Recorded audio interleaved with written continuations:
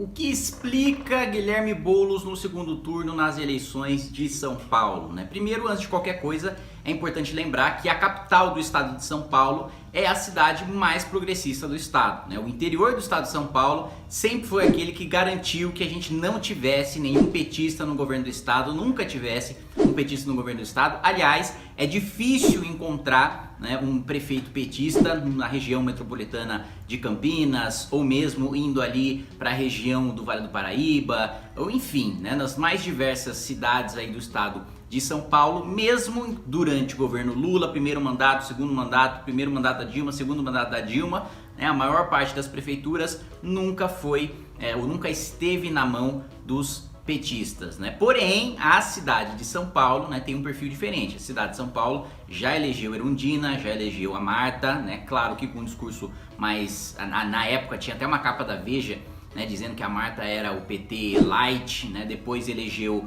o Haddad. Então, não é novidade, né? A cidade de São Paulo tem um perfil mais de esquerda do que as cidades do interior. As cidades do interior do estado de São Paulo são muito mais de direita, né, digamos assim, né, falando superficialmente, do que a capital. Agora, qual é o perfil do eleitor, qual que é o perfil do eleitorado do Guilherme Boulos, né? Muitas pessoas às vezes falam, mas ele tá lá para representar os pobres, o PSOL tem um discurso socialista que representa a classe trabalhadora, e o Boulos mora na periferia, e a força dele vem da periferia, e é o preto pobre que tá sofrendo genocídio negro na periferia, e tá sofrendo violência policial. Pois foi exatamente o contrário. O branco, rico e escolarizado foi aquele que levou Guilherme Boulos para o segundo turno, porque é aquele que tem exatamente as mesmas preocupações do discurso de Guilherme Boulos e, ouso dizer mais, é aquele cara que não ficou rico por si só, mas nasceu rico e sente-se culpado por ser rico, né? É o rico culposo, ele não tinha intenção de ser rico, ele nasceu, ele fica meio mal que ele é rico e aí ele vota no Guilherme Boulos para compensar aquela opressão que ele acredita estar sistematicamente impondo para os mais pobres só pelo fato dele ter nascido rico, né? Aliás, o fato de você ter, por exemplo, né, o candidato preferido do Colégio Santa Cruz, um dos colégios mais tradicionais da elite paulistana, como primeiro lugar sendo o Guilherme Boulos, é muito emblemático. Mas isso aqui, por enquanto, que eu falei, é só discurso, é só opinião. Vamos passar para os dados, né? Então, Guilherme Boulos foi para o segundo turno com 20,24% dos votos válidos. Quais foram as regiões que mais votaram em Guilherme Boulos? Primeiro, Pinheiros, com 32% dos votos.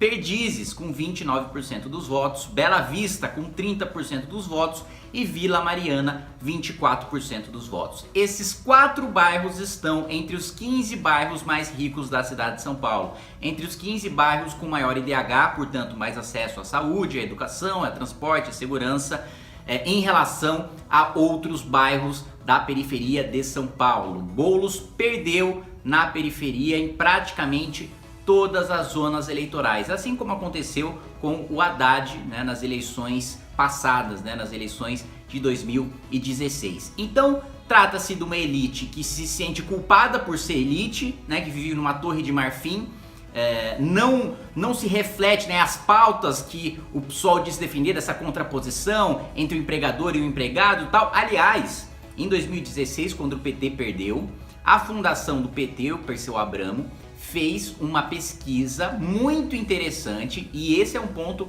que eu sempre faço questão de reforçar. Não tenham preconceito de ler pesquisa, livro, artigo, né, de sites de esquerda, de portais de esquerda, de autores de esquerda, porque só entendendo as informações que seu adversário está utilizando, você consegue enfrentá-lo, né? Senão você não entende. Se você só ficar pregando para convertido, só lendo os autores que você concorda, só lendo os formadores de opinião que você concorda, você nunca vai ter um senso crítico decente, você só vai parecer um bobo pregando para as pessoas que concordam com você. Então, fiz esse parênteses para falar que tem um estudo muito interessante da fundação do PT que descobriu que a periferia de São Paulo é capitalista, que a periferia de São Paulo não vê essa contraposição entre o empregado e o empregador. Na verdade, a periferia entende que o trabalhador está no mesmo barco do empregador e que se a empresa vai mal, o empregado vai mal também e o empregador vai mal também, sofre junto. Lembrando que 99% dos empresários brasileiros são micro e pequeno empreendedores. A gente está falando de quem é responsável por mais de 60% dos empregos do país.